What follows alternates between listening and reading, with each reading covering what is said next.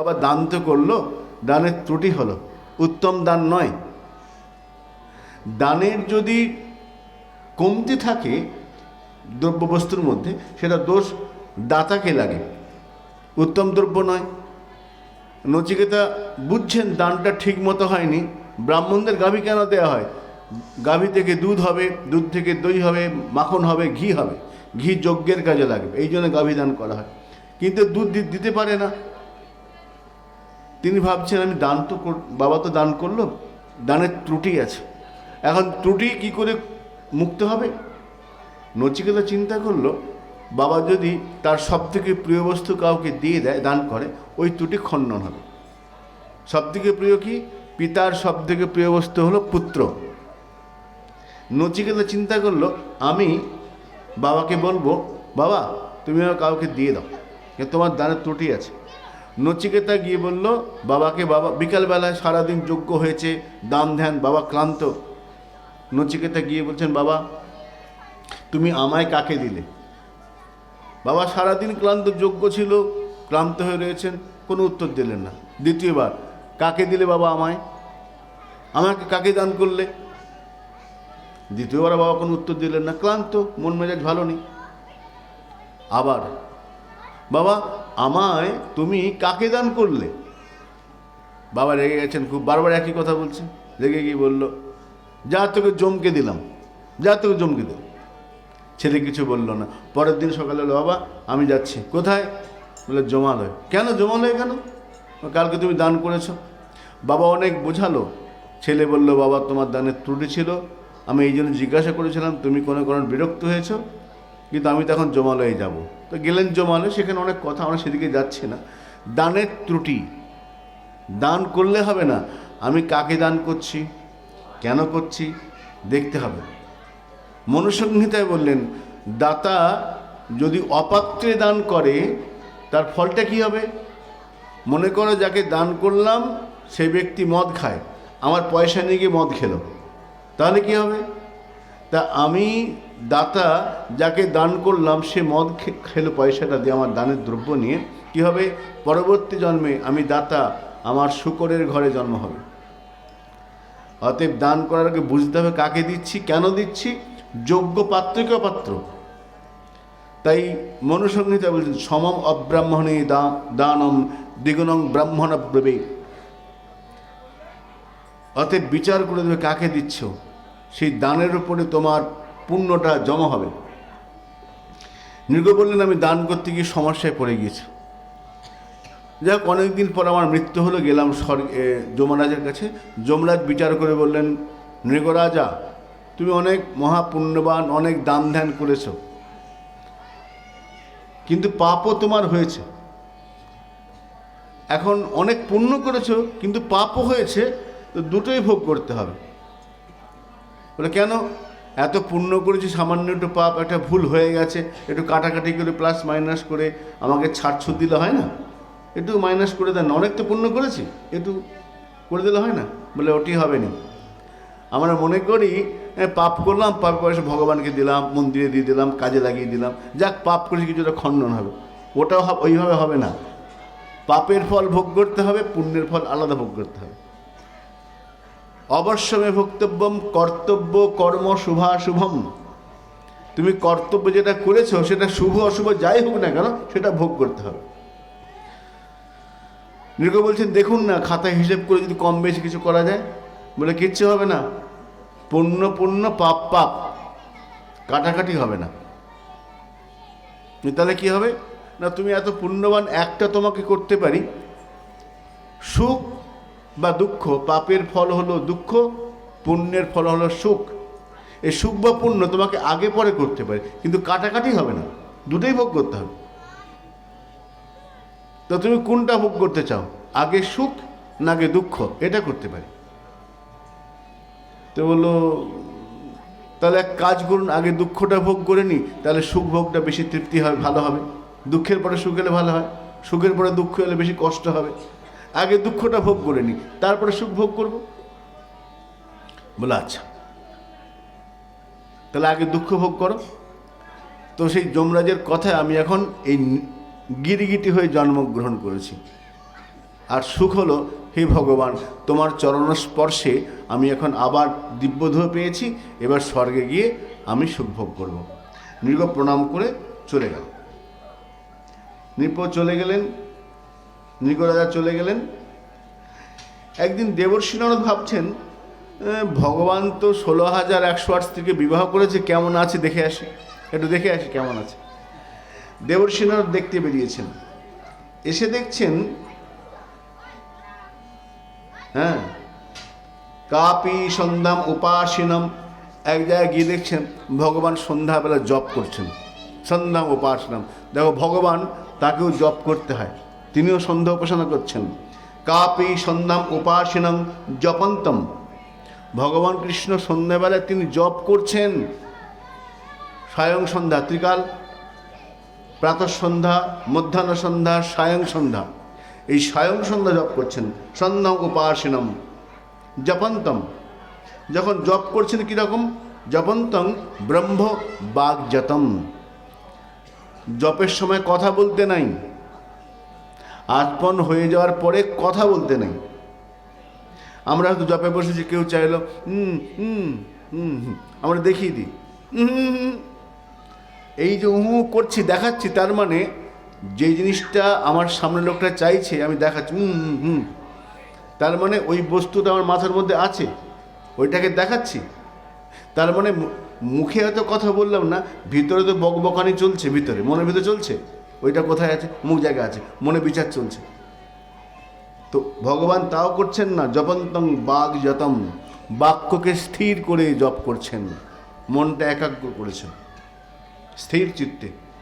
জপের সময় শাস্ত্র বললেন নির্জন। আমাদের মুরারি কাকু, মুরারি মোহন দাস বাবা জীবন অসুস্থ, তা আমি দেখতে গিয়েছি, কাকু কেমন আছো? ভালো। গুরুদেব, আমি জিজ্ঞাসা করলাম গুরুদেব কি বলছেন? গুরুদেব বলেছেন নির্জনে নিঃসঙ্গে জপ করো, নির্জনে নিঃসঙ্গ, দুবার বলো, নির্জনে নিঃসঙ্গ জপ করো। নির্জন, বেশি লোক থাকলে নির্জনতা হবে না, লোক থেকে দূরে, নিঃসঙ্গ, একা সাধনা, একা। বেশি লোক হলে সমস্যা হয়। তো ভগবান বাগ যতম, কোনো জায়গায় দেখছেন ভগবান অস্ত্র শেখাচ্ছেন, আকত্রং চষি চার্মাভ্যাম, কোনো জায়গায় অস্ত্র চালনা করছে। আরে নারদ এসো, প্রভু কী করছো? বলে এই যে অস্ত্র চালনা করছি। কোনো জায়গায় ছেলেদের পড়াচ্ছেন, কোনো জায়গায় রুক্মিণীর সঙ্গে বসে গল্প করছেন, এক এক জায়গায় এক এক রকম।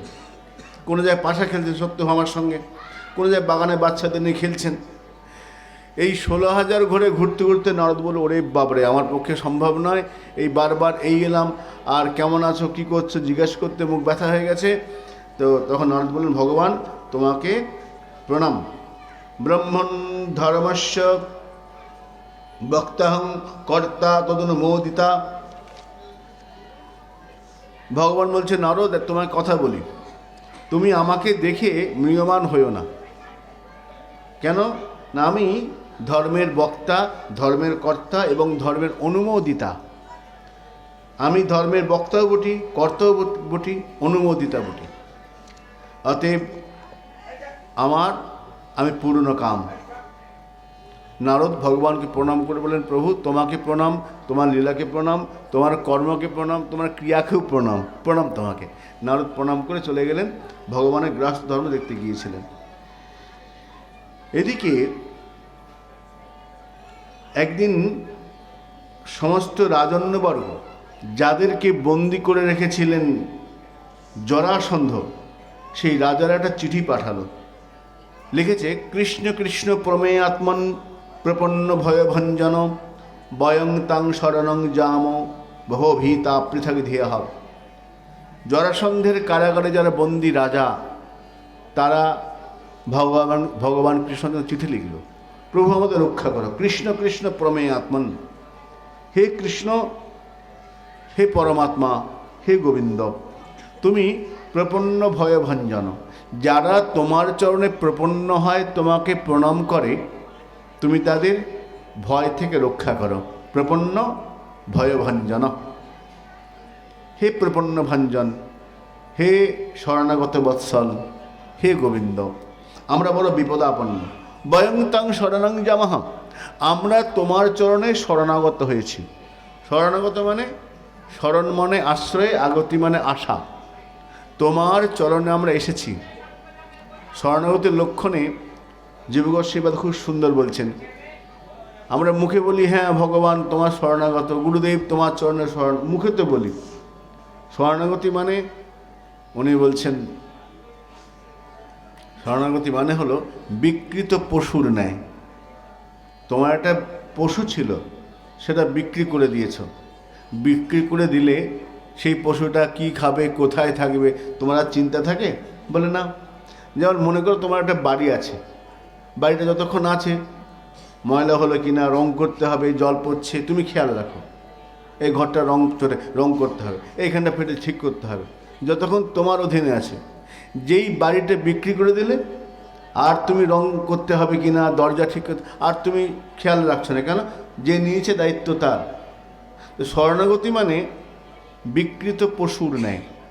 পশু যেমন বিক্রি করে দিলে আর তার কোনো দায়িত্ব মালিকের থাকে না, যে কিনে নেয় দায়িত্ব ঠিক তার, ঠিক তেমনি সাধক যখন ভগবত চরণে শরণাগত হয়ে যাবেন তখন কীরকম হবে? বিকৃত পশুর ন্যায়। আমার ভালো মন্দ, সুখ দুঃখ সব দায়িত্ব তোমার, সব দায়িত্ব তোমার। এর নাম শরণাগতি। কোথায় থাকবো, কি খাবো তিনি জানেন, আগে থেকে ভাবনা চিন্তা নাই। তো এখানে বলছেন রাজারা বললেন বয়ং তাং শরণাগত, প্রভু আমাদের ভালো মন্দের দায়িত্ব তোমাকে দিলাম। এতদিন অনেক ভেবেছি, চিন্তা করেছি, উত্তর খুঁজে পাইনি, পথ খুঁজে পাইনি। আজ থেকে আমাদের সমস্ত দায়িত্ব, আমরা বন্দী হয়ে আছি প্রভু, কিচ্ছু করতে পারছি না, তোমার চরণ শরণাপন্ন হলাম। ভগভীতা পৃথক দেহা, আমরা শরণাগত হয়েছি, আমাদের তুমি রক্ষা করো। তখন চিঠি পেয়েছেন ভগবান, ভাবছেন কি করব। এই সময় রাজস্ব যজ্ঞের জন্য যুধিষ্ঠির নিমন্ত্রণ করে পাঠিয়েছেন। হে কৃষ্ণ, আমি রাজস্ব যজ্ঞ করব, তোমাকে আসতে হবে। দুটো নিমন্ত্রণ একসঙ্গে এসেছে দ্বারকায়, রাজস্ব যজ্ঞের নিমন্ত্রণ আর জরাসন্ধের কাছে বন্দী রাজাদের চিঠি, আমাদের বাঁচাও। ভগবান চিন্তা বলেন কি করব। ভগবান যিনি অন্যকে বুদ্ধি দেন তিনি বলছেন কি করি। উদ্ধব বুদ্ধি দাও, সেই উদ্ধব যিনি ব্রজে গিয়েছিলেন, উদ্ধব তুমি বুদ্ধি দাও। উদ্ধব বলছেন আমি তোমায় বুদ্ধি দেবো? বলে হ্যাঁ, আমি ঠিক করতে পারছি না। উদ্ধব বলেন প্রভু এক কাজ করো, তুমি হস্তিনাপুর চলে যাও, রাজস্ব যজ্ঞ আছে, আর রাজস্ব যজ্ঞ করতে গেলে রাজাদের সাহায্য প্রয়োজন। ওই রাজস্ব যজ্ঞের আলোচনা করবে, ওখান থেকে জরাসন্ধকে আক্রমণ করবে, জরাসন্ধের রাজাদের উদ্ধার হয়ে যাবে, দুটো কাজ একসঙ্গে হয়ে যাবে। হ্যাঁ ঠিক বলেছে। কৃষ্ণ গেলেন হস্তিনাপুরে। যুধিষ্ঠির বলছেন ভাই কৃষ্ণ, আমার কোনো কাজ তোমাকে বাদ দিয়ে নয়, তো তুমি বলো আমি রাজস্ব যজ্ঞ করবো, কীভাবে করব, নিয়ম কি? কৃষ্ণ বললেন রাজস্ব যজ্ঞ করতে গেলে রাজাদের সাহায্যের প্রয়োজন, সমস্ত রাজারা তোমার অধীনতা স্বীকার করবে। একটা ঘোড়া ছাড়তে হবে, ঘোড়াকে যে আটকেও তার সঙ্গে যুদ্ধ, সে যদি হার স্বীকার করে ভালো, নাহলে যুদ্ধ হবে। অর্থাৎ প্রথমেই যেটা কাজ করতে হবে, প্রায় অনেক রাজাকে জরাসন্ধ বন্দি করেছে, আগে তাকে হারাতে হবে। তাকে হারাতে পারলে অনেক টাকা এগিয়ে থাকবে। যুধিষ্ঠির বললেন সৈন্য নিয়ে যাও তাহলে। বলে না, মাত্র 3 জন যাব, অর্জুন, আমি আর ভীম। কৃষ্ণচন্দ্র অর্জুনকে ভীমকে নিয়ে সোজা চলে গেলেন জরাসন্ধের রাজধানী মগধ। গিয়ে বলছেন জরাসন্ধ আমরা ব্রাহ্মণ, ব্রাহ্মণের ছদ্মবেশে গিয়েছেন, আমরা ব্রাহ্মণ, তোমার কাছে ভিক্ষার্থী হয়েছে, ভিক্ষা দাও, ভিক্ষা চাইতে এসেছি। জরাসন্ধ বলছেন ভিক্ষা চাই? তো কি ভিক্ষা চাই বলো? কিন্তু তোমাদের চেহারা দেখে মনে হচ্ছে তোমরা ব্রাহ্মণ নও। বলছো ব্রাহ্মণ, ব্রাহ্মণের এরকম চেহারা হয়, সুন্দর সুঠাম দেহ, বেশ ব্যায়াম করা শরীর। ব্রাহ্মণ হলে পেটটা মোটা মোটা গোলগাল চেহারা হবে, এই রোগা হবে, এরকম তো ব্রাহ্মণ নয়। বলছো ব্রাহ্মণ, তোমরা ঠিক করে বলো তোমরা কে? তোমাদের পিঠের মধ্যে অস্ত্র রাখার দাগ রয়েছে, ব্রাহ্মণ তো যুদ্ধ করে না।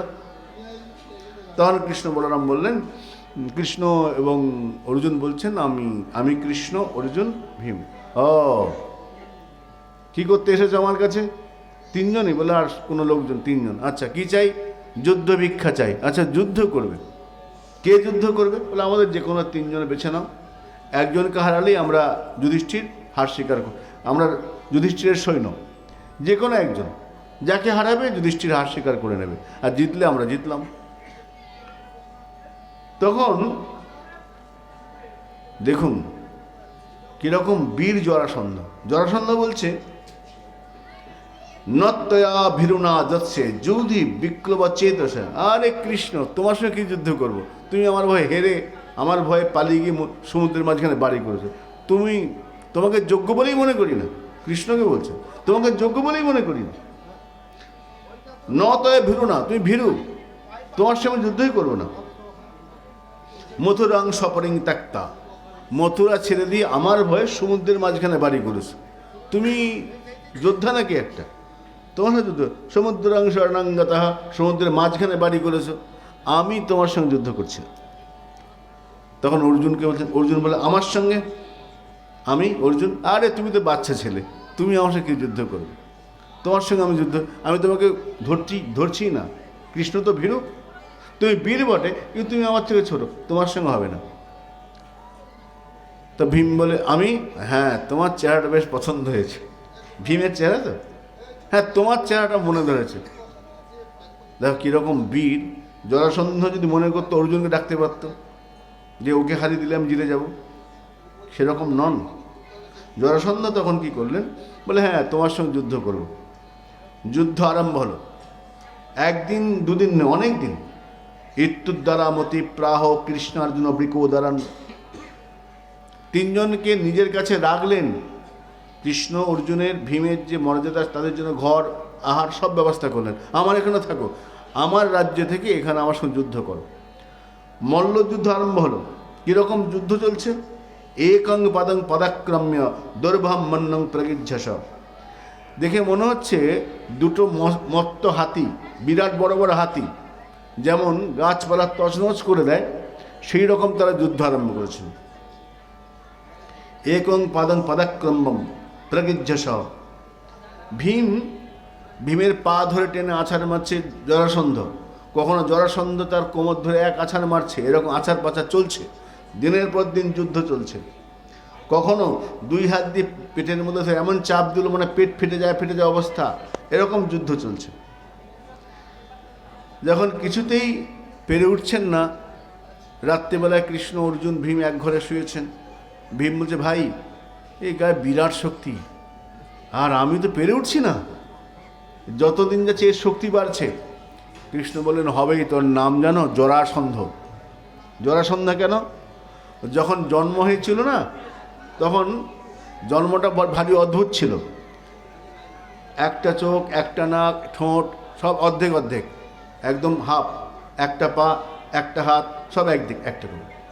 যখন এরকম জন্ম হয়, দুটো পার্টে ভাগ হয়েছিল, জন্ম হয়েছিল। তো বাড়ির লোক বাইরে ফেলে দিয়েছিল, ঘরের প্রাসাদের বাইরে। তখন জরা নামে এক রাক্ষসী, সে এসে সেলাই করে দিয়েছিল।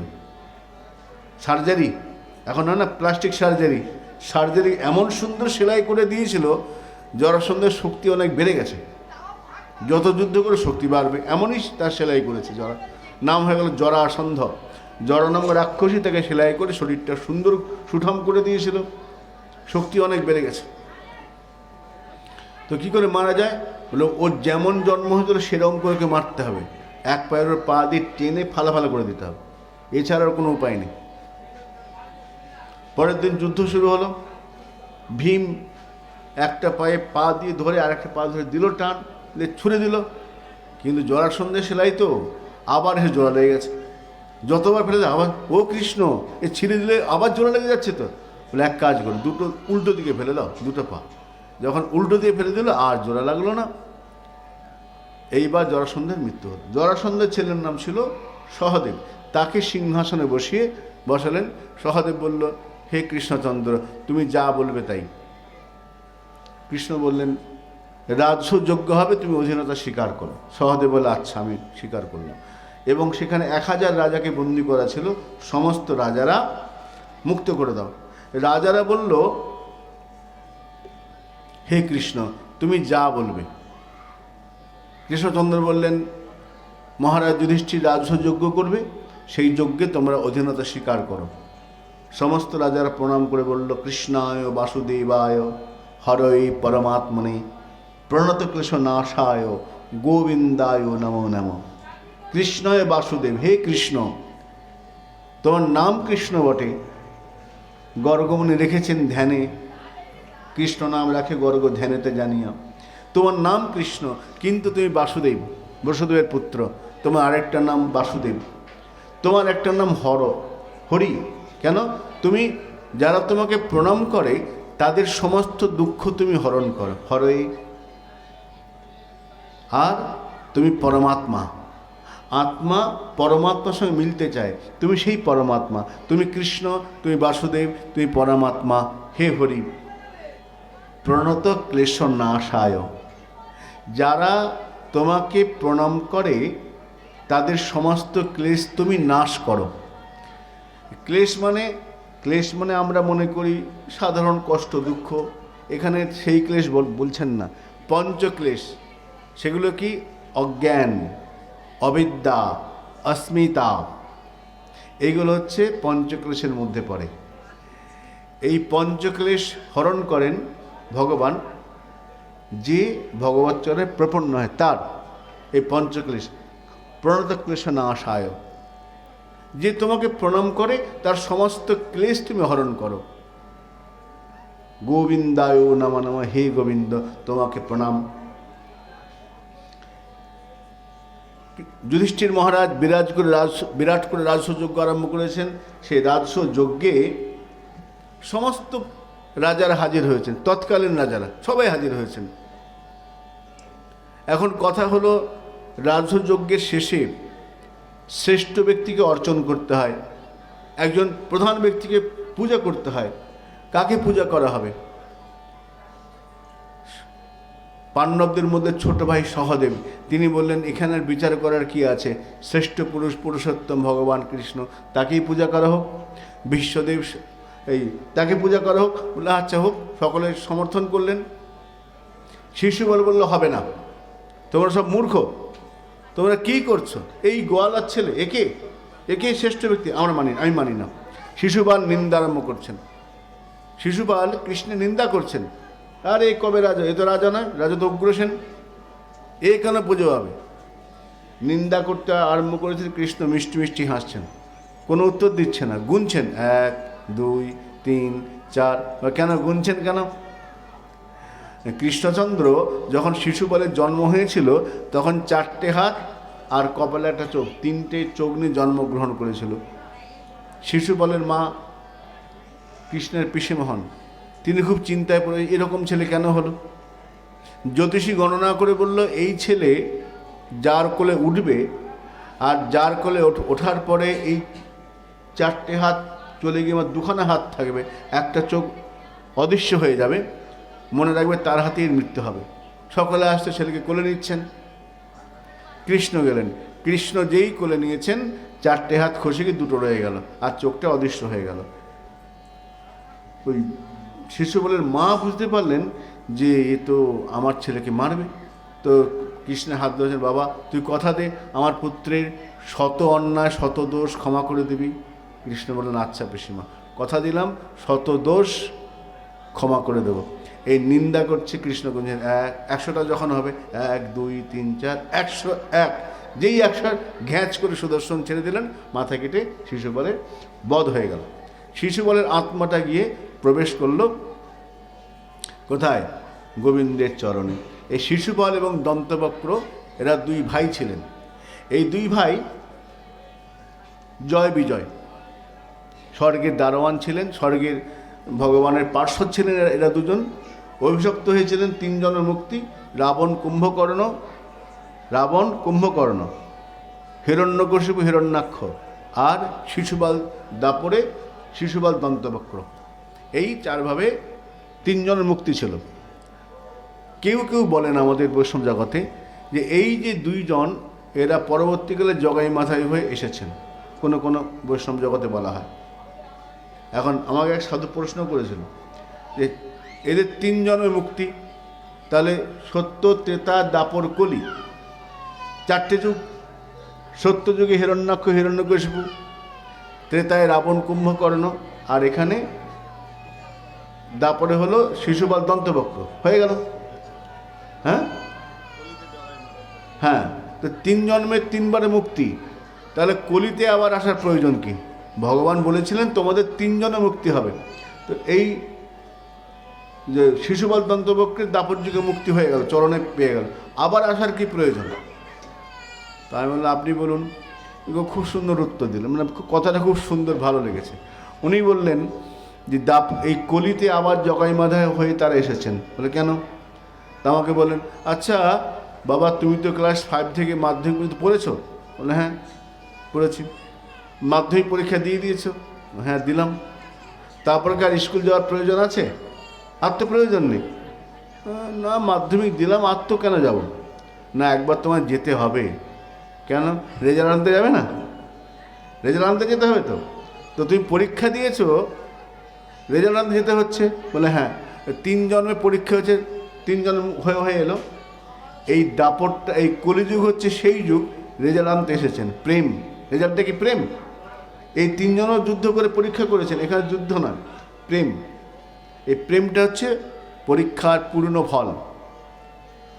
তাই এই প্রেম লাভটা অন্য যুগে মুক্তি হয়েছে, কিন্তু প্রেম লাভ হয়নি। এই প্রেম লাভ মহাপ্রভু দিতে এলেন। অনর্পিত চরিং চিরাত করুণয়া অবতীর্ণ কলৌ, এইটা দিতে এসেছেন। তাই ঠাকুর নরোত্তম বলছেন, জগাই মাধাই পাপী ছিল, গোড়া তারে উদ্ধার এলো, তারাও হলো পতিত পাবন। এই শিশুপাল দন্তবক্রের মুক্তি হয়ে গেল। এবার আমরা দেখতে পাচ্ছি কৃষ্ণস্য আশিত সখা কশ্চিদ ব্রাহ্মণ ব্রহ্মবিত্তম বিরক্ত ইন্দ্রিয়ার্থেষু প্রসন্নাত্মা জিতেন্দ্রিয়।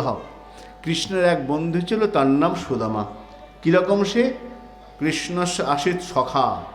সখা মানে প্রাণে প্রাণে মিল থাকলে তাকে বলে সখা।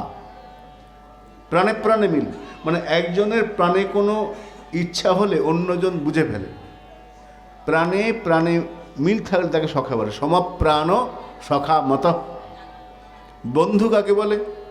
আমরা বললাম, ভাবলাম 2-4 দিন ঘুরলাম, মিশলাম, বাহ খুব বন্ধু। সঙ্গে ঘুরলে বন্ধু হয় না। বন্ধু কাকে বলে? অত্যাগু সহন বন্ধু।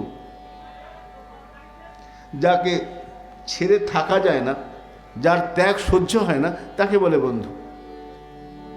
অত্যাগু সহন বন্ধু। সমপ্রাণ সখা মত। যদি প্রাণে প্রাণে মিল থেকে তাকে বলে সখা। তো কৃষ্ণের সখা ছিল, তার নাম সুদামা। তিনি কীরকম? ব্রাহ্মণ।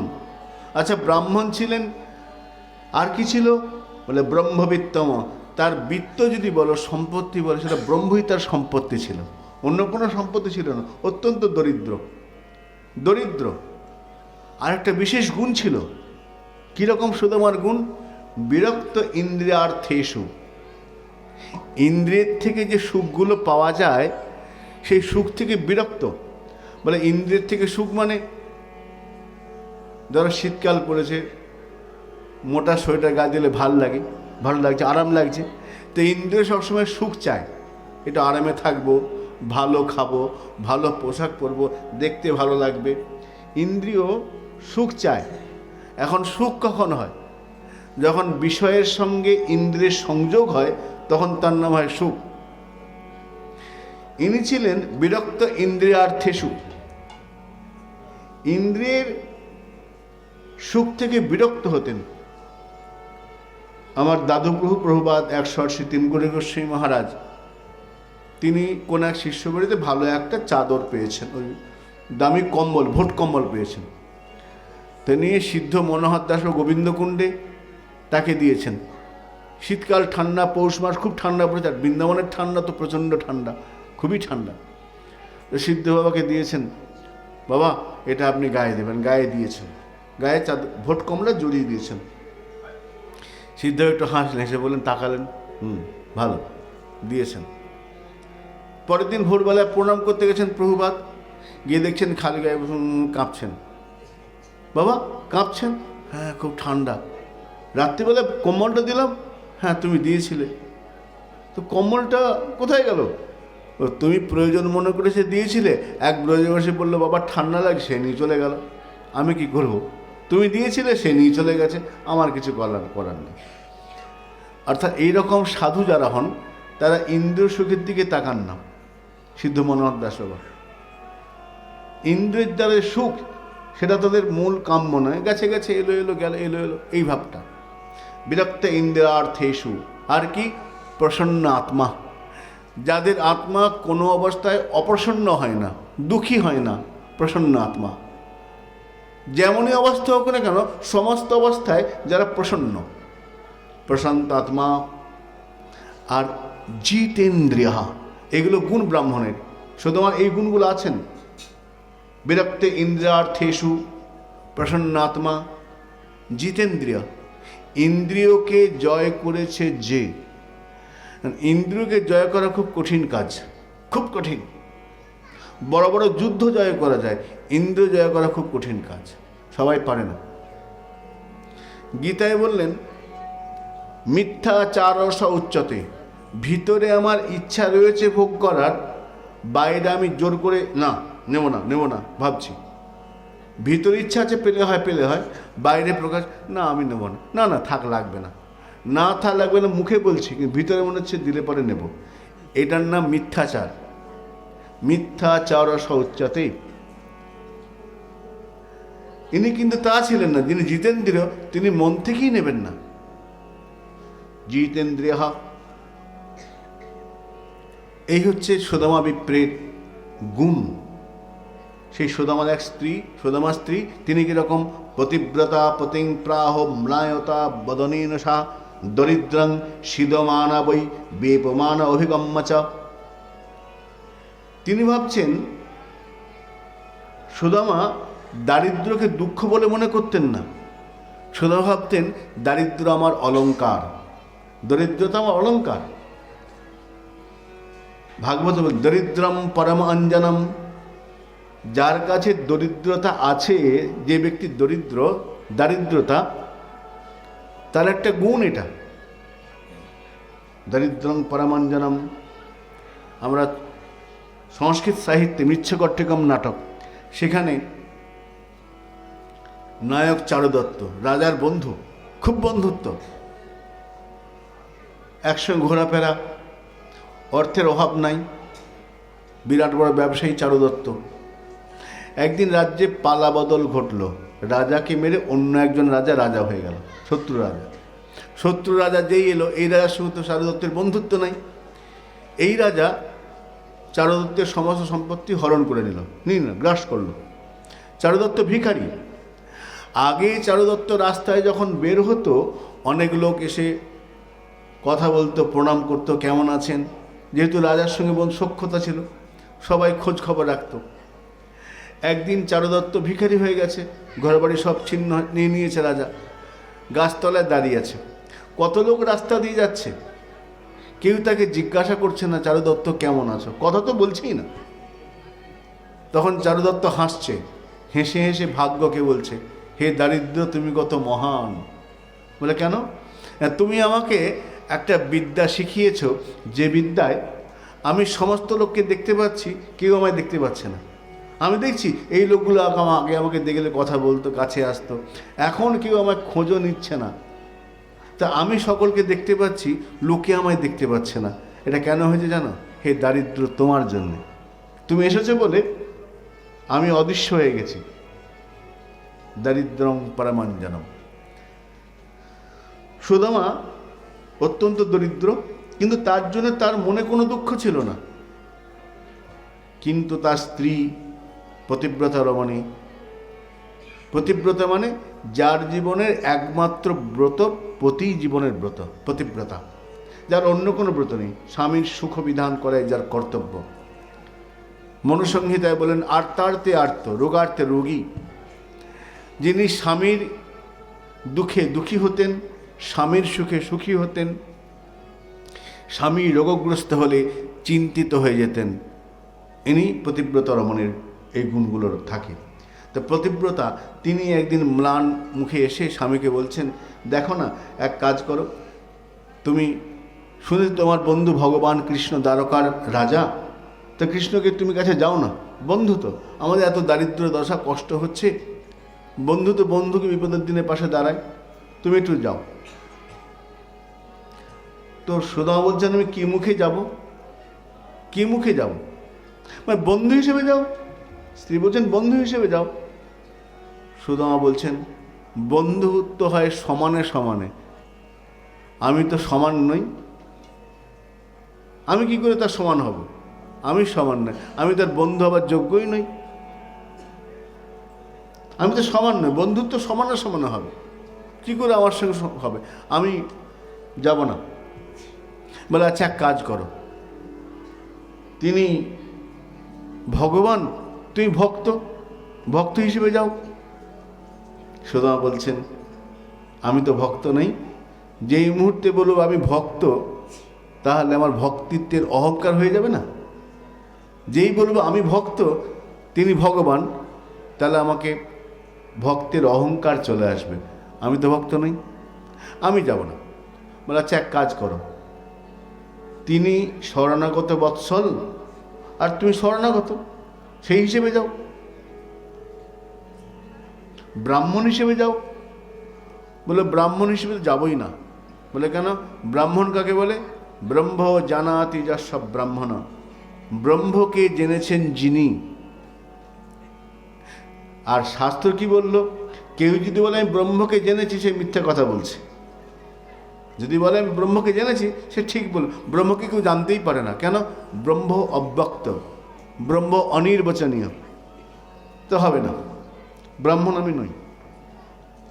বলে, আচ্ছা শরণাগত বৎসল। সুদামা বলছেন, শরণাগতের 6টা লক্ষণ আছে। আনুকূলস্য সংকল্প, প্রাতিকূলস্য বিবর্জনম, রক্ষিষ্যতিতে বিশ্বাস, গোপ্তৃত্বে বর্ণং তথা, আত্মনিক্ষেপ কার্পণ্যে সর্ববিধা শরণাগতি। যেটা কৃষ্ণ ভজনের অনুকূল সেটা গ্রহণ, প্রতিকূল পরিত্যাগ। তিনি রক্ষা করবেন দৃঢ় বিশ্বাস, তাকে বরণ। আত্মাকে নিক্ষেপ গোবিন্দচরণে, নিজেকে নিক্ষেপ করে দাও গোবিন্দচরণে। আর কার্পণ্য, কাতরতা, এর একটাও আমার মধ্যে নেই, অতএব আমি শরণাগতও নই, আমি যাব না। স্ত্রী যা যা বলেন সুদামা কেটে দেন, না আমার সেই গুণগুলো নেই। যখন স্ত্রী অনেক করে বলছেন, প্রায় কেঁদে ফেলেছেন, তখন দেখলেন এত করে বলছে স্ত্রী পতিব্রতা রমণী, আচ্ছা যাই, স্ত্রীর মন রাখার জন্য যাব, আচ্ছা যাব, তুমি যখন বলছো যাবো, যাবো। তৈরি হয়েছেন, তো যাবো যে কি নিয়ে যাব?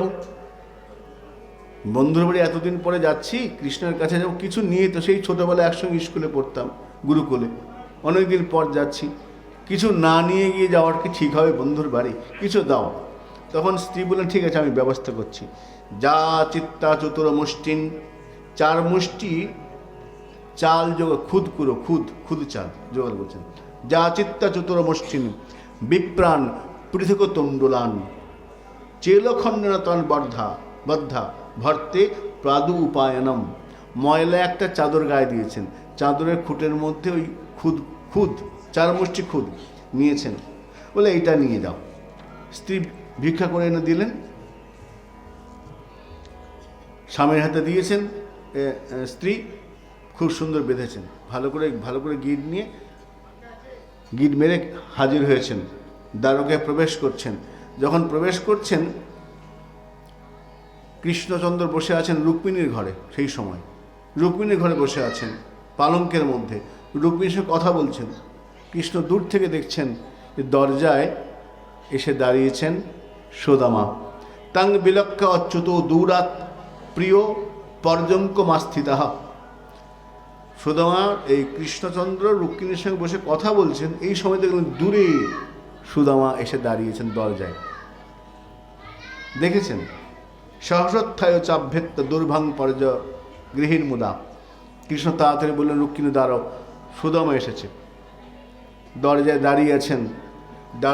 দারোয়ানকে বলছেন, দাঁড়াও, ওকে আসতে দিও না, রোখো মত আনে দো, রোখো মত আনে দো, রোখো, ওকে আটকে দাও, আমি যাচ্ছি। হিন্দি বক্তারা বলেন দুরকম অর্থ হয়, রোখো, ওখানে আটকাও, মত আনে দো, আসতে দিও না। কেন না আমি ওখানে যাব। আর একটা হয় রোখো মত, আটকিও না, আনে দো, আসতে, যেভাবে নেওয়া যায়। তো ভগবান বললেন আটকাও, কৃষ্ণ ছুটে বেরিয়ে এলেন। এই যে কৃষ্ণ এলেন সুদামার কাছে, সেই যে পরিস্থিতিটা আমরা গানের মাধ্যমে একটু দেখব, কীভাবে পৌঁছালেন, কি হলো সেই সময় কৃষ্ণের সঙ্গে প্রথম সাক্ষাৎকার সুদামার। জয় গো। देखो देखो ये गरीबी का हाल, कृष्ण के दर पे विश्वास लेके आया हूँ। मेरे बचपन का यार है मेरा साथ, यही सोच कर मैं आस करके आया हूँ।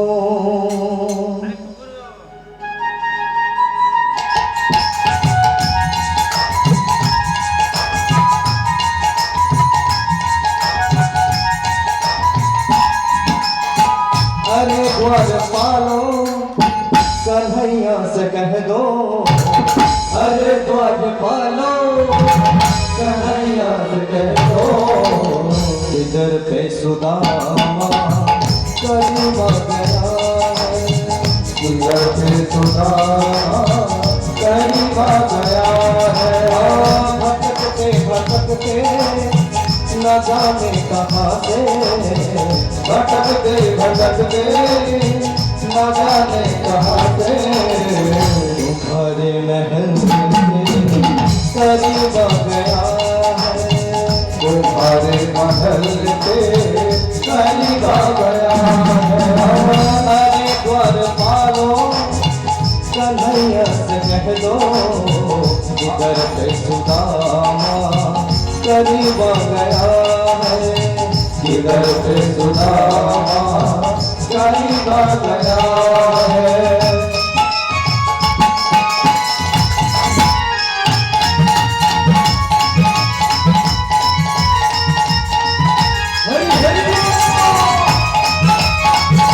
निताई गौर हरि बोल।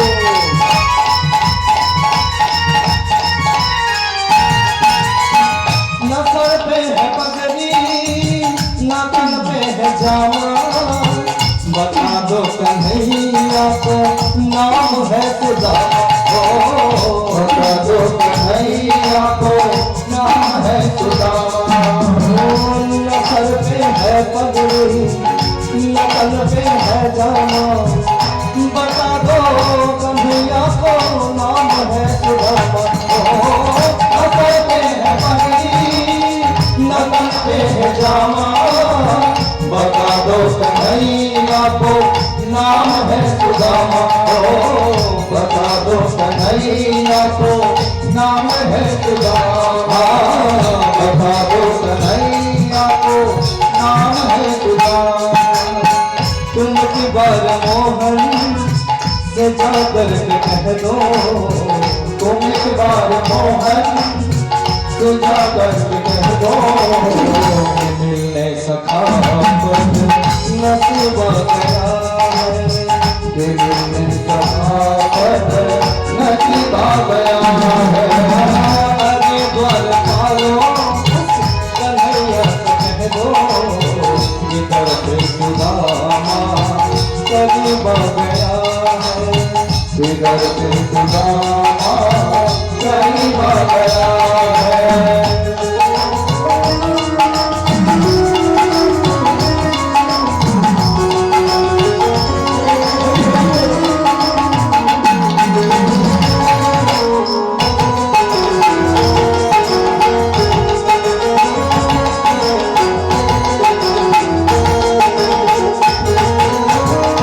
सुनते ही गाने चले आए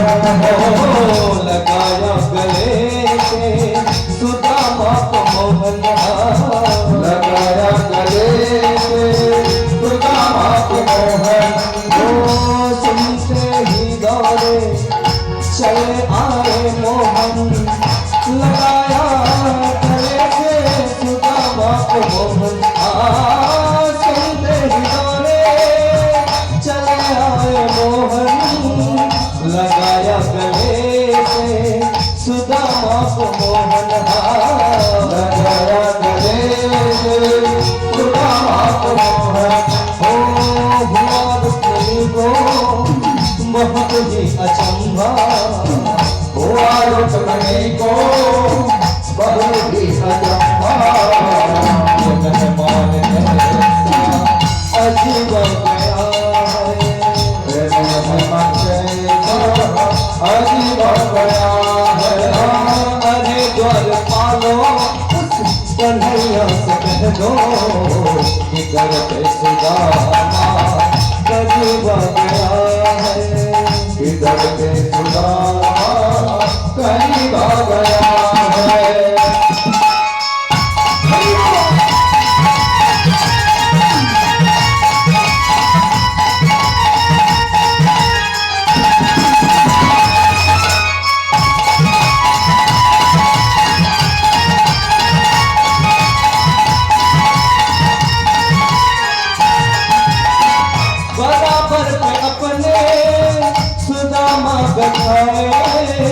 चरण आंसुओं से सामने धुलाए चरण आंसुओं से सामने धुलाए चरण आंसुओं से सामने धुलाए हो चरण आंसुओं से सामने धुलाए बराबर पे अपने सुदामा बैठाए चरण आंसुओं से सामने धुलाए बराबर पे अपने सुदामा बिठाए चरण आंसुओं से सामने धुलाए चरण आंसुओं से सामने धुलाए चरण आंसुओं से सामने धुलाए चरण आंसुओं से सामने धुलाए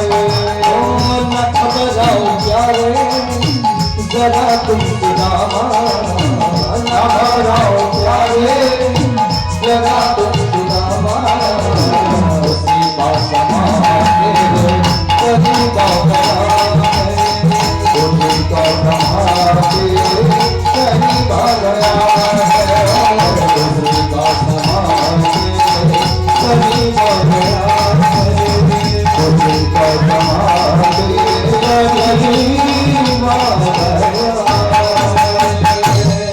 बोलो भक्तवत्सल सुदामा की बोलो कृष्णचंद्र भगवान की জয় গুণ। আমরা কি গানের মাধ্যমে দেখলাম সুদামা ভগবান কৃষ্ণের কাছে পৌঁছেছেন কীরকম। ভাগবত এখানে বলছেন কুচলং মলিনং খামং দ্বিজং ধমনী সন্ততম। ওই ব্রাহ্মণ সুদামা অত্যন্ত জীর্ণ বস্ত্র পরেছেন, মলিন কৃশ শরীর, শরীরের শিরাগুলো এমন শিরাগুলো দেখা যাচ্ছে, জীর্ণ চেহারা, মলিন বসন, দেখেই মনে হয় চরম দারিদ্র্যের মধ্যে কষ্টের মধ্যে রয়েছেন।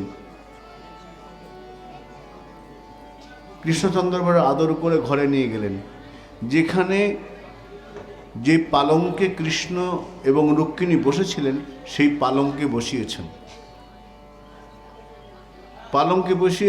আর সুদামা তো লজ্জায় একদম মাটিতে মিশবার, এই আমাকে এত আদর, যেখানে কৃষ্ণ রুক্মিণী বসেন সেই পালঙ্কে আমাকে, কিন্তু বসতে চাইছেন না, জোর করে বসিয়েছেন, পা দুটো ঝুলছে। রুক্মিণীকে বলেন তাড়াতাড়ি জল নিয়ে আসো। রুক্মিণী দেবী জল ঢালছেন, মহালক্ষ্মী রুক্মিণী, তিনি জল ঢালছেন, কৃষ্ণ নিজে হাতে চরণ সেবা করে দিচ্ছেন, ভালো করে পাটা ধোয়াচ্ছেন। আর সুদামা তো এত ভাবতেই পারেননি, তিনি লজ্জায় একদম ম্রিয়মান, মুখ তুলতে পারছেন না, এত আদরে পাটা ধোয়ানো নিজে হাতে মুছে দিলেন। কৃষ্ণচন্দ্র জিজ্ঞাসা করছেন অপি ব্রহ্মণ গুরুকুলাৎ ভবতা লব্ধ দক্ষিণাম। কৃষ্ণচন্দ্র বলছে ভাই, বন্ধু, হে ব্রাহ্মণ, গুরুকুল থেকে ফিরে তুমি ঠিক দক্ষিণা গুরুদেবকে দিয়েছিলে তো? লব্ধ দক্ষিণা ঠিক দিয়েছ? দেখবেন যে কোনো পুজোতে দক্ষিণা দিতে হয়, এই দক্ষিণা দিলে না, ব্রাহ্মণ বলে, সাধু গুরু বৈষ্ণব ব্রাহ্মণ প্রণাম করলে দক্ষিণা দিতে হয়। একটা কাপড় দান হয়, দানের সঙ্গে দক্ষিণা, দানটাও যোগ্য, নমস্কারটা যোগ্য। তো নমস্কার করলে দক্ষিণা দিতে হবে। এখন কেন দিতে হবে? নমস্কার করলাম, দক্ষিণা কেন দেবো? দান করলাম, দান করলে দক্ষিণা দাও। দানের সঙ্গে দক্ষিণার সংযোগ রয়েছে, নমস্কারের সঙ্গে দক্ষিণার সংযোগ রয়েছে। কেন? নমস্কারটা একটা যজ্ঞ। নমস্কৃত স্মৃত যজ্ঞ সর্বযজ্ঞেশ উত্তমম। জগতে যতগুলো যজ্ঞ আছে তার মধ্যে উত্তম যজ্ঞ হলো নমস্কার। রবীন্দ্রনাথ ঠাকুর বলছেন, একটি নমস্কারে প্রভু একটি নমস্কারে। একটা নমস্কার যদি ঠিক মতো করতে পারি না, বিরাট কাজ হয়ে যায়। ভগবান গীতায় বলছেন, মন্মনা ভব মদ্ভক্ত মজ্জাজীবং নমস্কুরু। আমাতে মন দাও। বলে প্রভু মন বড় চঞ্চল, পারবো না। মনমনা ভাব, মন দিতে পারবো না। মদ্ভক্ত, আমার ভক্ত হয়ে যাও। বলে ভক্ত, ভক্তি কঠিন ব্যাপার, ওটাও হবে না। মদ্ভক্ত বলে আচ্ছা মদ যাজি, একটু আমাকে ফুল তুলসীতে পূজা করো, যাজন করো। বলে ওটাও পারবো না। বলে তাহলে এক কাজ করো। কি হলো? তাহলে এক কাজ করো, মজ্জাজি মাং নমস্কুরু, দিনে একটা নমস্কার তো করো। তো নমস্কার করার কথা গীতায় ভগবান বলেছেন। মন দাও, না পরে যজ্ঞ করো, পূজা করো, আর কিছু না পরে নমস্কার একটা করো, মজ্জাজি আমাকে নমস্কার তো করো। নমস্কার করলে তার সঙ্গে দক্ষিণার সংযোগ হলো। কেন? যত যজ্ঞ আছে তার মধ্যে উত্তম হলো নমস্কার যজ্ঞ, প্রণাম যজ্ঞ। এবং যজ্ঞে ভগবানের স্ত্রীর নাম হলো দক্ষিণা। যজ্ঞ ভগবান, তার স্ত্রীর নাম হলো দক্ষিণা। দক্ষিণা না দিলে কোনো যজ্ঞ সম্পূর্ণই হবে না। তাই যজ্ঞের সঙ্গে দক্ষিণা দিতে হবে। দানটা একটা যজ্ঞ, দানের সঙ্গে দক্ষিণা। নমস্কার একটা যজ্ঞ, তার সঙ্গে দক্ষিণা। তো ভগবান বলছেন, লব্ধ দক্ষিণা। সুদামা, তুমি ঠিক মতো গুরুদেবকে দক্ষিণা দিয়েছিলে, লব্ধ দক্ষিণা দিয়েছিলে তো? গুরুকুলাৎ ভবতা, গুরুকুল থেকে ফেরবার সময় গুরুদেবকে ঠিক দক্ষিণা দিয়েছিলে তো? আচ্ছা, সমাবৃত্ত ধর্মজ্ঞ, হে ধর্মজ্ঞ। ধর্মজ্ঞ মানে ধর্মটা ভালো করে জানেন যিনি, হে ধর্মজ্ঞ সুদামা। গুরুকুল থেকে ফেরার পরে ভার্যৌরা সদৃশী নবা, তুমি নিশ্চয়ই বিবাহ করেছ। গুরুকুল থেকে ফিরে বিবাহ করতে হয়, বিবাহ করেছে তো? তো তোমার যে স্ত্রী তোমার মনোমত হয়েছে তো? ভার্যৌরা সদৃশী বা নবা, তোমার স্ত্রী তোমার মনোমত হয়েছে তো? কৃষ্ণ জিজ্ঞাসা করছেন। বলে সদৃশী নবা বললেন কেন? বলে মনোমত হয়েছে নাকি। কি করে মনোমত হবে? কোন স্ত্রী পরিবারের মনোমত কি করে হবে? চাণক্য শুল্কে বলছেন, কোন স্ত্রী বাড়ির বউ কি করে সকলকে সুখী করতে পারবে? কি করে পারবে?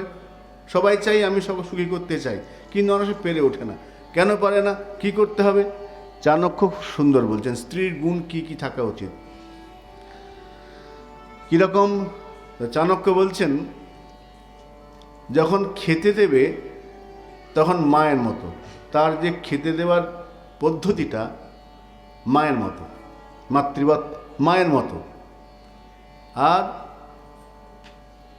রোগেষু ধাত্রী, ভোজনেষু মাতা, বিপদেষু মন্ত্রী।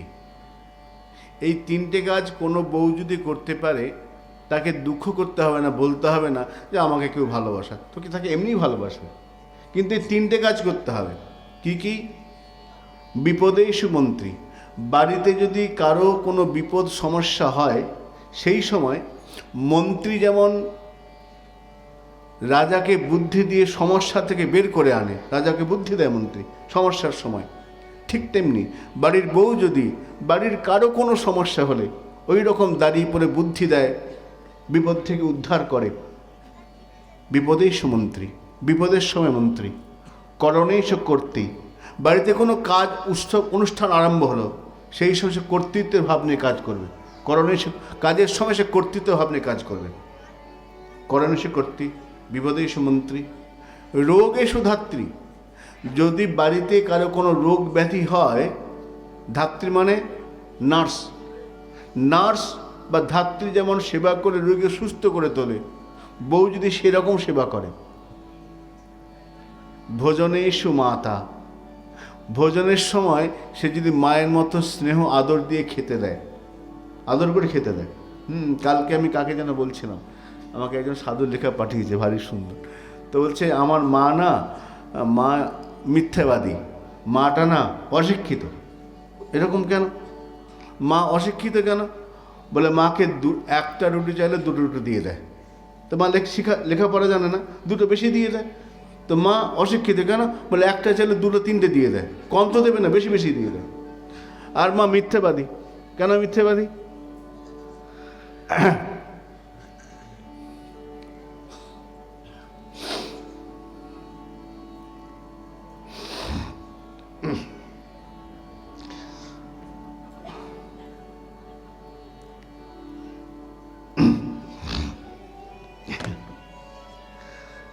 বাড়িতে মনে করো তিনটে রুটি আছে, লোক 4 জন, 3টে রুটি 4 জন লোক।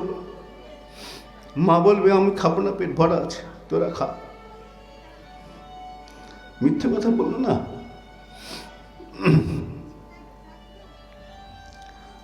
অর্থাৎ নিজের জন্য ভাবনা নেই। একজন বলছেন, মা কি জানো?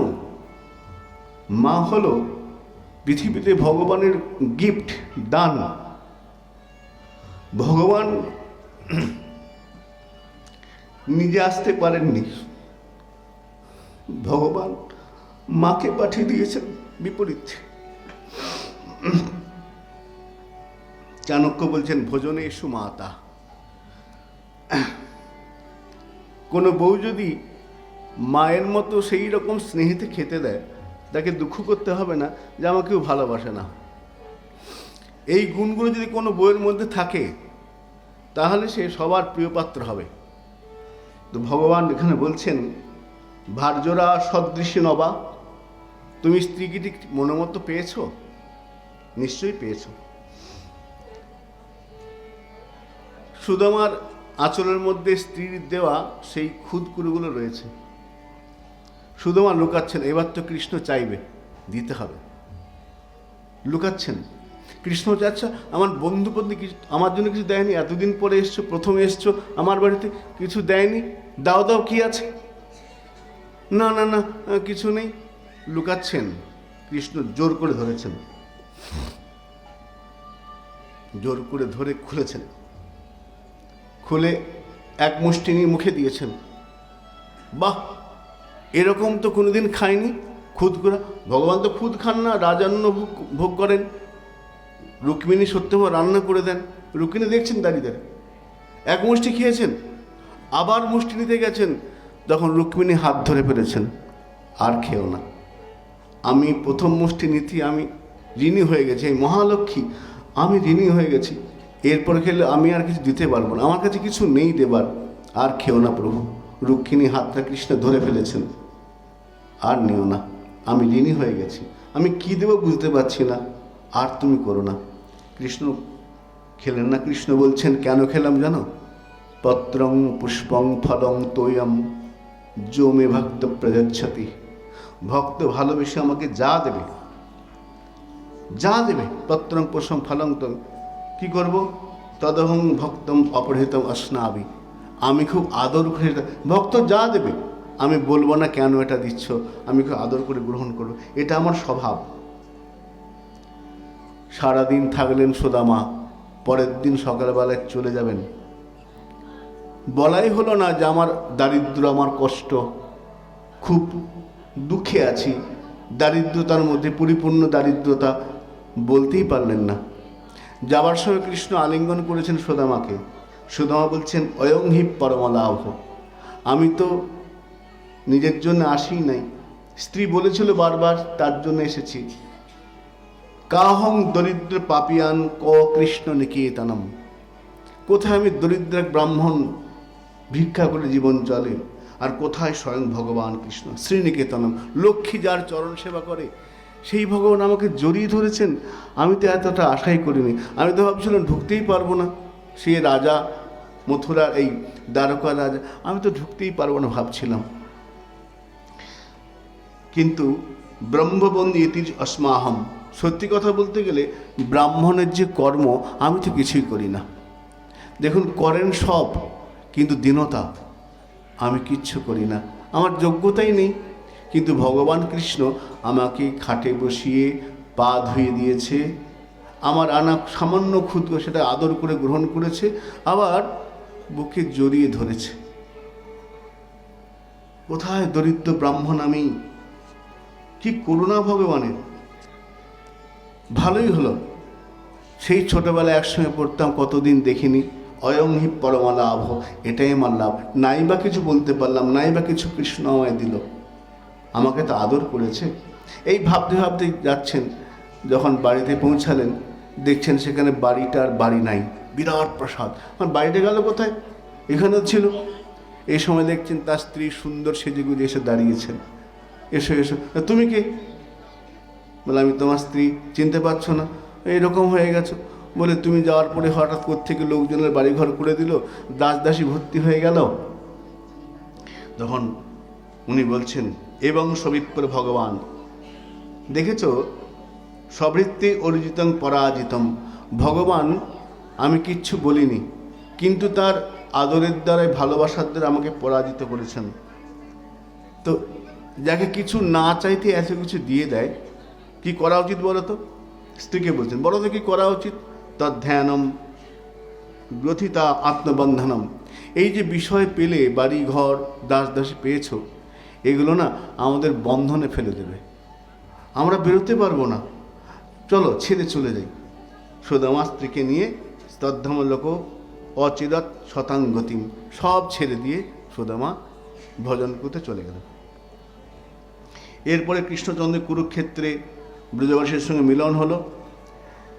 একদিন দেবকী কৃষ্ণকে বলছেন, কৃষ্ণ বলরামকে, আমি শুনেছি বাবা তোরা তো যোগেশ্বর, তথা আমি কুরুতাং কামং যুবাং যোগেশ্বরেশ্বরও, তোরা যোগেশ্বর আমি শুনেছি, আমার বড় ইচ্ছা আমার আগের 6টা ছেলেকে যদি দেখাতিস খুব ভালো হতো। সেই কংস সঙ্গে সঙ্গে মেরে ফেলেছে, ভালো করে দেখতেও পাইনি সন্তানগুলোকে, দেখাবি?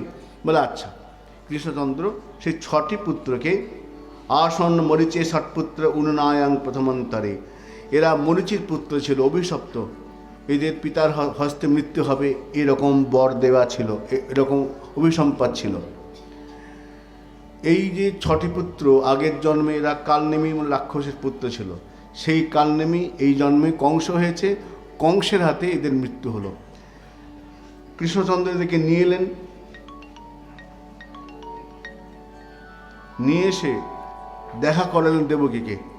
দেবক্কা উদরে জাত রাজন কংস বিহংসিতা সাতান সচ্যতমাত্মজান অধ্যা অন্তিকে, সেই উদরে, একই উদরে জন্ম হয়েছিল সেই 6 জনের। তারা প্রণাম করে, দেবকীকে প্রণাম করে, কৃষ্ণের প্রণাম করে তারা চলে গেলেন। তাদের নাম ছিল স্মর, উদ্গীত, পরিসঙ্গ, পতঙ্গ, ক্ষুদ্র, ভৃঘুণী। তারা তখন তারা কি হলো? পুনর্যাসন্তি সদ্গতম। তখন তারা কৃষ্ণকে প্রণাম করে বললেন, হে ভগবান আমাদের যাবার অনুমতি দাও। দেবকীর প্রণাম করে, কৃষ্ণকে প্রণাম করে তারা চলে গেলেন। এদিকে এক রাজা, তার নাম শ্রুতদেব, তিনি বললেন, হে কৃষ্ণ তুমি আমার ঘরে এসো। আরেক ব্রাহ্মণ, তার নাম বহুলাশ্ব, তিনি দরিদ্র, তিনিও বলছেন ভগবান মিথিলায় আমার কাছে এসো। দুজনেই থাকেন মিথিলায়, রাজা শ্রুতদেব এবং বহুলাশ্ব, দুজনেই ভগবানকে নিমন্ত্রণ করছেন, এসো প্রভু আমার ঘরে। তখন ভগবান মিথিলায় প্রবেশ করলেন, কিন্তু একই সঙ্গে দুজনের ঘরে গেলেন। দুজনেই ভক্ত, রাজা শ্রুতদেব এবং বহুলাশ্ব, দুজনেই ঘরে একসঙ্গে যাচ্ছেন, দুটো রূপে। বহুলাশ্বের ঘরেও কৃষ্ণ যাচ্ছেন, সঙ্গে নারদ, বামদেব, অত্রি, কৃষ্ণ, রাম, অসিত, অরুণী, বৃহস্পতি, কর্ণ, মৈত্রশ্চবন ইত্যাদি অনেক ঋষি সঙ্গে আছেন। তাহলে কি হলো? বহুলাশ্বের ঘরেও কৃষ্ণ এবং ঋষিগণ, শ্রুতদেবের ঘরেও কৃষ্ণ এবং ঋষিগণ, অর্থাৎ 2 জায়গাতেই ভগবান গেছেন সঙ্গে পারিষদদের, ঋষিদের নিয়ে। তাহলে ডবল ঋষি, মরিচি 2 জন, নারদ দুজন, বামদেব দুজন, কৃষ্ণ দুজন, অসিত, অরুণী, বৃহস্পতি, প্রত্যেকে দুজন একজন বহুলাস্যের ঘরে আর সত্যদেবের ঘরে প্রবেশ করলেন, আগে পরে নয়।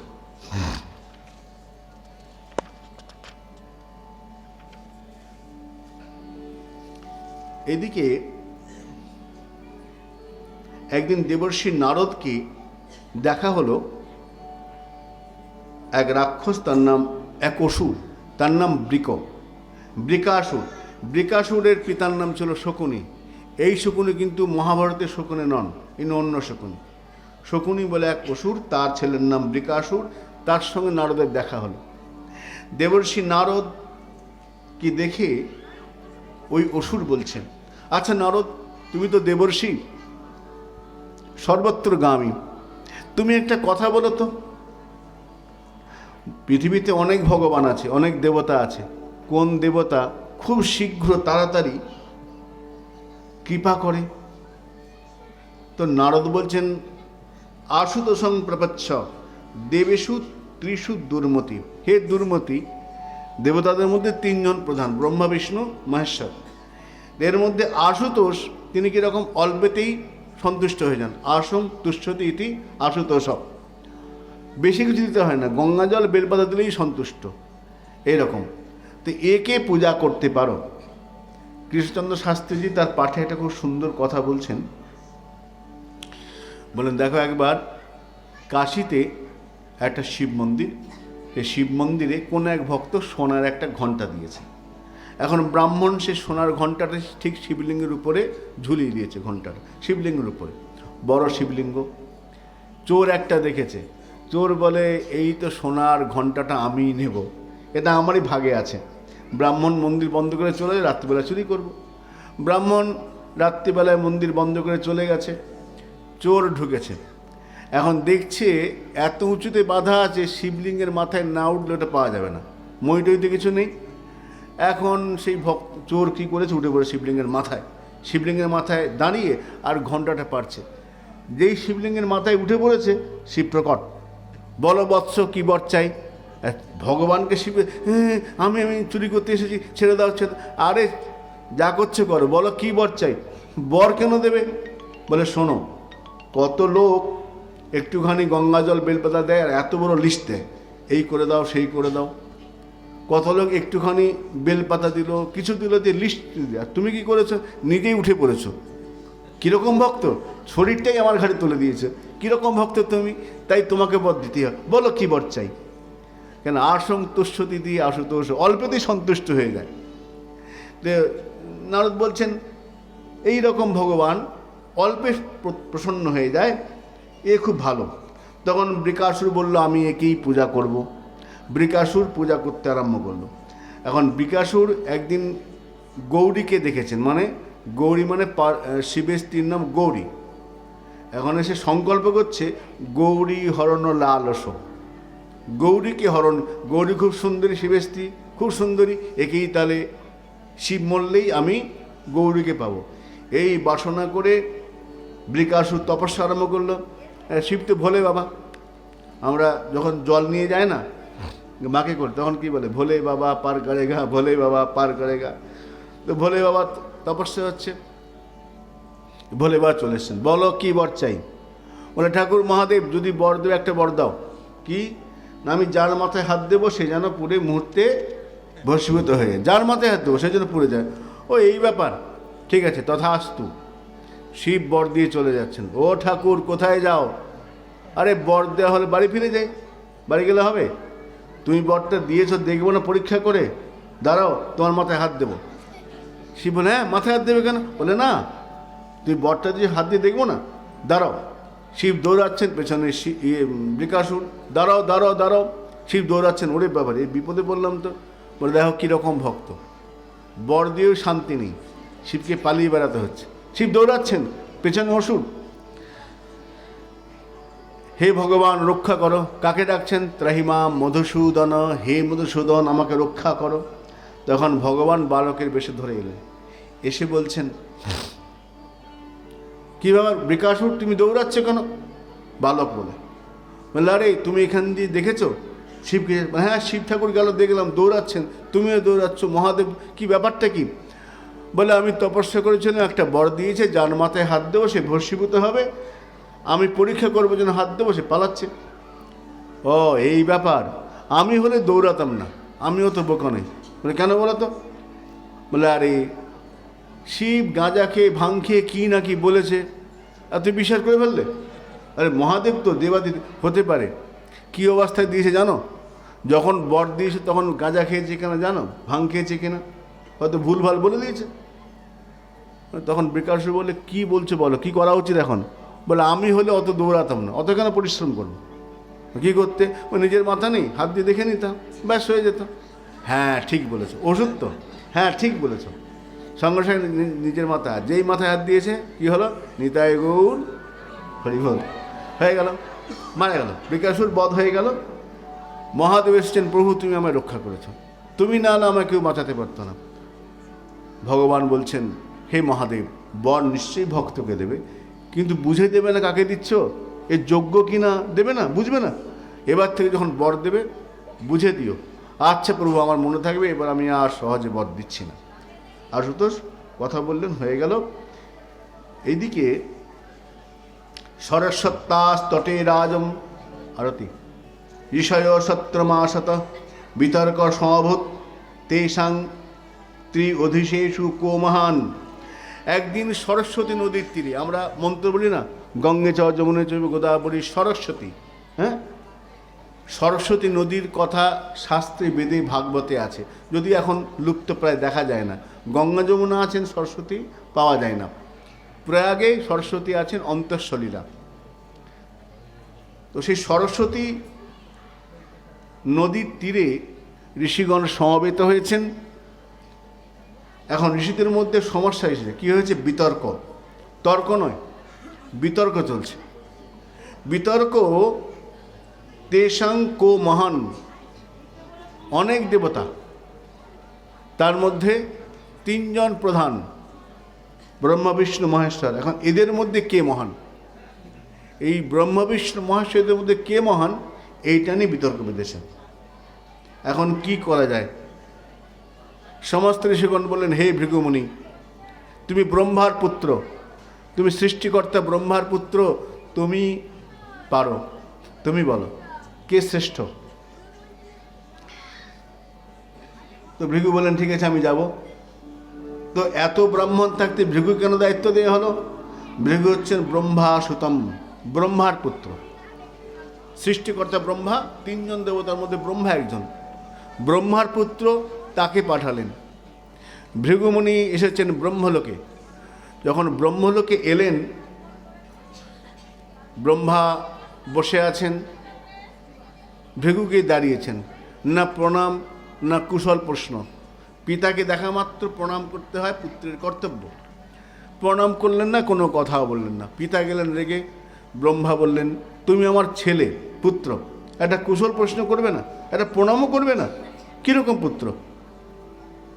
পিতা রুষ্ট হয়েছেন। ব্রহ্মা যে রুষ্ট হলেন, ভৃগুমুনি হেসে বললেন, পিতা আপনি পরীক্ষায় ফেল, আপনি ফেল। বলে কেন?